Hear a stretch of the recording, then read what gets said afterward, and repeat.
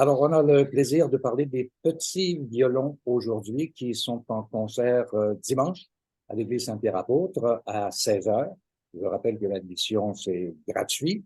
Et pour nous en parler, il y a Marie-Claire Cousineau. Bonjour, Marie-Claire. Bonjour, Bonjour Winston, bonjour Sylvie, comment ça va? ça va bien, toi? Ben, ça va bien aussi. En grande préparation, comment se font les petits violons? Ben, ça va bien. C'est un concert qui est vraiment motivant pour les jeunes là, parce que l'œuvre, la grosse œuvre, l'œuvre principale, le quintet de Dvorak, c'est tellement stimulant, c'est le fun à jouer, c'est beau. Ben, il y a beaucoup de gens qui connaissent le quatuor américain de Dvorak. Puis ça a été composé dans la même époque, c'est un peu le même genre. Donc, avec autant de succès, autant de plaisir, un petit peu moins connu, mais franchement, c'est ça. Les jeunes, quand ils sont, ben, je vais dire confrontés, mais d'une façon positive à une œuvre comme Voilà. ça leur fait faire des progrès incroyables. Là. Donc, oui, ça va bien. Et On est presque prêt. et c'est un peu ça, la raison d'être des petits violons, c'est d'amener ces jeunes vers des choses de plus en plus complexes et de plus en Ben plus oui. difficiles à jouer avec un rendu qui est quand même souhaitable. Et aussi de jouer avec des professionnels parce Voilà. qu'il y a des professionnels qui se joignent aux petits violons. Oui, oui, c'est ça. Donc, dans le fond, les altos et les violoncelles contrebasse, c'est des professionnels. Puis, dans les violons, ben, il y a les professeurs aussi qui jouent. Donc, c'est sûr que ça donne à... Dans le fond, les jeunes au petit violon, ils payent pas pour les fins de semaine d'orchestre. C'est comme un cours de musique de chambre de luxe parce que tu joues avec des gens qui sont dans le Métropolitain, dans les Musici, dans l'OSM. Bon, tu sais, ils viennent d'un peu partout. Puis, tu apprends à travailler avec. Puis, bon, tu sais, je m'arrange aussi pour que ce soit des collègues sympathiques. Là. Je ne vais pas prendre quelqu'un qui n'a pas envie d'être là puis qui n'est pas souriant parce que parce que c'est pas ça le point. Ouais. Puis, ils sont super patients. Puis, bon, ils savent. Il y en a beaucoup que ça fait très longtemps qu'ils sont avec nous aussi. Fait ils savent exactement comment on va travailler. Puis, mais ça donne un point de vue. Je veux dire, c'est pas tout le monde qui va devenir musicien, mais ceux qui pensent peut-être le devenir, ça leur donne une expérience hors pair, là, parce que c'est les vrais musiciens. Puis, tu sais, des fois, après ça, ils viennent voir les concerts, puis ils sont comme, ah, sur la scène, il y a le violoncelliste. Puis bon, tu sais, c'est hyper stimulant. Ça fait partie de la démocratisation dont on parle, qui est le sujet de l'heure, d'amener les gens, de former un public à venir à nos concerts, que ce soit maintenant, que ce soit plus tard, que ce soit d'amener leurs propres enfants. Justement, parle-nous de ce programme que tu nous proposes dimanche. Ben, en fait, on a deux œuvres de musique de chambre de Dvorak. Une qui va vraiment être faite en trio, c'est le Terzetto de Dvorak. Et puis là, j'ai demandé à mes collègues professeurs de l'interpréter. Donc, c'est Julien Auberson, Isabelle Bélanger-Souté et Xavier Lepage-Brou à l'alto qui vont jouer ça. C'est une formation assez rare, là, c'est deux violons et alto. Puis en fait, ben, c'est ça, c'est que Dvorak, il y avait un pensionnaire qui habitait chez lui, qui louait une chambre, puis il l'entendait pratiquer du violon. Puis là, il s'est dit, ah ben, tu sais, c'est le fun, je pourrais écrire quelque chose. Puis dans le fond, c'était un élève d'un de ses collègues et amis. Donc, il a composé l'œuvre en une semaine pour la jouer avec eux. Mais finalement, l'élève n'était pas assez bon, puis il n'a pas pu la faire, mais ça, c'est une autre histoire. C'est vrai. Et voilà, c'était quand même du Dvorak. Mais après ça, ça a l'air qu'en 4 jours, ils en ont composé une plus simple que là, ils ont pu faire. Mais le Terzetto est resté comme ça, puis c'est magnifique, là, vraiment une très belle œuvre. Puis l'autre œuvre, c'est un quintet, comme dont je parlais tantôt, mais qu'on joue en orchestre.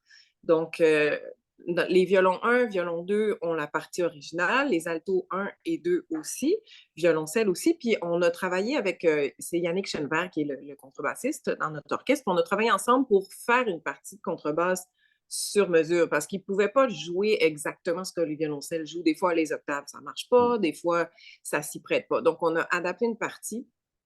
On a rajouté des trucs, enlevé des trucs, adapté des trucs. Puis ça fait, en fait, une fois qu'on s'est habitué à l'entendre avec contrebasse, après ça nous manque quasiment quand, quand on l'entend. C'est vraiment, ça fonctionne super bien. Et la dernière pièce au programme, c'est un souk. Oui, Souk, ben, c'est un peu une coïncidence. Moi, des fois, quand je fais les programmes, j'y vais plus parce que je pense que les élèves vont être capables de jouer à quel moment dans l'année. Mais il reste que Souk était un élève de Dvorak et il est même devenu son gendre. Fait que c'est quand même approprié de le mettre dans le même concert. Ça, c'est des pièces virtuoses qu'il a écrites pour un collègue musicien aussi. Mais lui, c'est un professionnel, donc ils sont difficiles, les œuvres. Puis on en joue juste deux. On joue un poco triste puis burlesca. Puis le burlesca, c'est un peu comme un moto perpetuo, là, c'est vraiment impressionnant puis rapide et enjoué. Puis le Poco Triste, c'est super beau, mélodique, avec des harmonies surprenantes. Là. C'est très, très beau. Puis donc, c'est comme dans la tradition des petits violons. Les violons 1 jouent la partie originale de solo, puis la partie pour piano a été orchestrée avec certains ajouts là, pour que tout le monde Par ait du ton papa? plaisir. Oui, par mon père, oui. Arrangement de ton père. Oui. J'aimerais que tu, pour le bénéfice de tout le monde, moto perpetuo, qu'est-ce que tu veux dire? Oui, c'est vrai, dans le fond, je le dis comme si tout le monde le savait. C'est un mouvement perpétuel. En fait, on appelle ça comme ça quand c'est une pièce où est-ce qu'il y a plein de notes rapides qui n'arrêtent pas. Dans ce cas-ci, c'est pas vrai, là, ça arrête quand même, mais il y a il y a des pages entières de doubles qui s'arrêtent jamais. Donc, on appelle ça un mouvement perpétuel parce qu'on fait juste continuer à jouer sans arrêt. Je Ouais. vais te parler un petit peu, prêcher un petit peu pour ma paroisse et j'aimerais que tu me dises un mot concernant celle qui anime à tous les dimanches ce concert que tu proposes avec les petits violons. Oui, ben c'est Julie Daou qui est, mon Dieu, multi-talentueuse. Elle a tellement de facettes de talent et d'aptitudes que, bon, en tout cas, Comédienne, elle est comédienne, entre autres. chanteuse, Oui, elle est chanteuse, chanteuse. et on Elle a a même pu l'entendre à la radio en remplacement dernièrement. Oui, c'est ça. Ok. Oui, oui, puis elle a une belle formation classique, puis une grande curiosité aussi. Donc, quand on prépare ensemble les programmes, elle fait des recherches de son côté, puis elle arrive toujours avec des trucs super intéressants. Puis, ben, c'est ça, on s'entend super bien, puis ça fait quelques années que c'est notre présentatrice officielle, et voilà. Génial. Alors écoute, j'aimerais ça que tu nous racontes l'évolution, ne serait-ce que cette année, de la difficulté pour les élèves des programmes que tu leur proposes. Est-ce que c'est sûrement très songé de ta part et j'aimerais que tu m'en dises un mot. Ben oui, en fait, c'est que nous, dans le fond, on a une saison il y a 4 concerts à travers l'année. Donc, il y en a un en novembre, un en décembre, un maintenant, 12 février, puis l'autre est à la fin mars. Puis là, cette année, j'avais en tête de faire jouer ceux qui étaient les recrues l'an passé dans tous les concerts. Là, bon, ça finalement, dépendant de leurs horaires, de leurs conflits, des affaires d'école ou des affaires de famille, il y en a qui ne participent pas à tous les concerts. Mais ceci dit, il y en a que oui. Il y en a qui vont avoir fait tous les concerts. Donc, je voulais quand même établir un programme de saison qui leur donne le temps d'y arriver pour pas qu'ils soient comme, puis qu'ils aient l'impression de se rendre au concert pas prêt. Donc, c'est sûr qu'aussi le concert de Noël, il y en a une partie qui est toujours la même chose, les folklores, les cantiques, tout ça. Donc, la portion orchestre était un petit peu moins longue. Je veux dire, la portion orchestre, la portion qui n'est pas Noël est un peu moins longue que dans les autres concerts. Donc là, ce concert-ci, c'est la pièce la plus dure à date cette année parce que ça nous donnait le temps, mettons, après le concert de Noël, avant les vacances, on a eu le temps de le regarder un peu. Ils avaient la tâche de l'écouter pendant les vacances, qu'ils ont fait, dépendant, plus ou moins tous. Puis après ça, on a recommencé en janvier, puis ça nous laissait le temps de le monter. Après ça, le prochain concert, il est un peu moins chargé. D'une part, parce que l'œuvre de musique de chambre est plus longue. Donc, j'avais moins de temps pour la partie orchestre, mais aussi parce que je veux nous permettre de nous préparer pour le concert de fin d'année où est-ce que là, on joue la sérénade pour cordes de Tchaïkovski, Oh, quand qui est même! oui, c'est un gros morceau. Mais ceci dit, ils ont tous déjà les partitions parce qu'on l'avait commencé pour le fun en cours d'été l'an passé au mois de juin. Puis là, ben, les vertus du mûrissement vont être testées. On va voir si le fait qu'ils l'avaient un peu travaillé, écouté, là, ils ont laissé reposer, puis on va le reprendre. Je pense que aussi avec le progrès qu'ils ont fait pendant l'année, ils vont l'aborder avec plus de facilité qu'il y a un an. Marie-Claire, je Voilà. pense qu'il faut saluer le travail de tes professeurs, de toi-même naturellement, mais aussi de tes professeurs et peut-être même les nommer parce que c'est une grosse partie du succès. Oui, ben oui, mais mes merveilleux collègues, donc c'est ça. En fait, c'est les trois qui vont faire le terzetto de Dvorak. Donc, Julien Auberson et Isabelle Bélanger-Souté et Xavier Lepage-Bro, qui sont. Puis aussi, ils participent à toutes les répétitions, ils sont là au concert, donc ils sont très, très impliqués dans la vie. ça devient... C'est sûr qu'on est tellement proche des élèves qu'on devient, tu sais, presque des amis. Puis bon, eux plus que moi parce qu'ils sont plus jeunes, donc ils sont plus proches de l'âge des étudiants avec lesquels ils travaillent.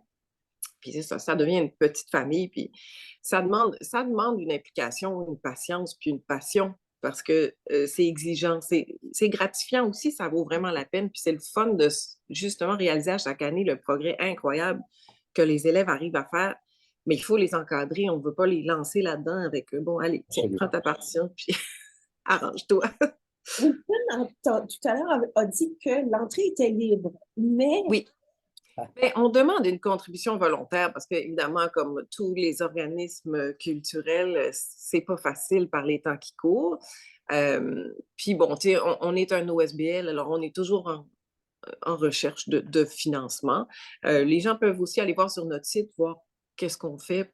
Parce que des fois, les gens, avant de vouloir donner, ils veulent savoir à quoi ça va servir. Bon, là, dans le cas d'un concert, tu viens d'y assister, tu sais à quoi ça a servi.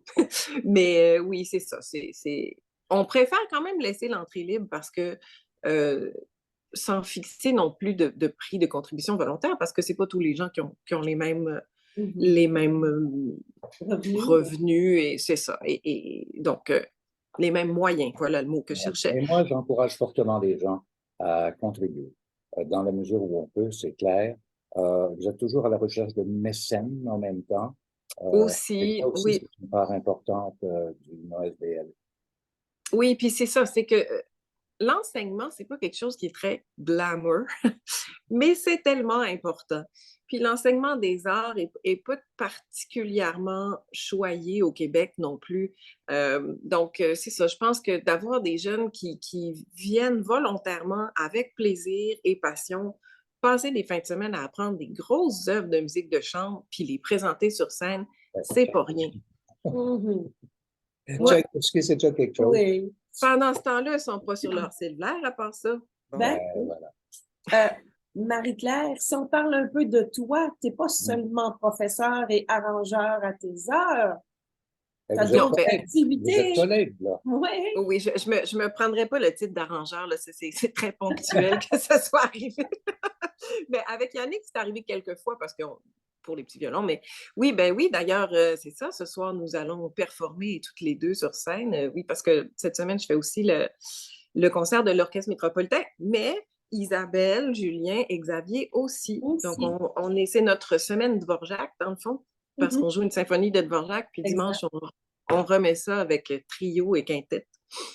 Génial. Alors, écoute, moi, je rappelle que le concert a lieu à 16 heures, c'est-à-dire 4 heures de l'après-midi.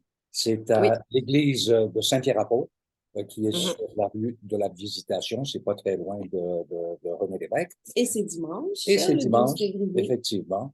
Et on pourra suivre comme ça l'évolution des petits violons de Marie-Claire Cousine. Ben oui, vous serez pas déçus. Ils ont vraiment beaucoup progressé déjà depuis le début de l'année. Donc, on continue.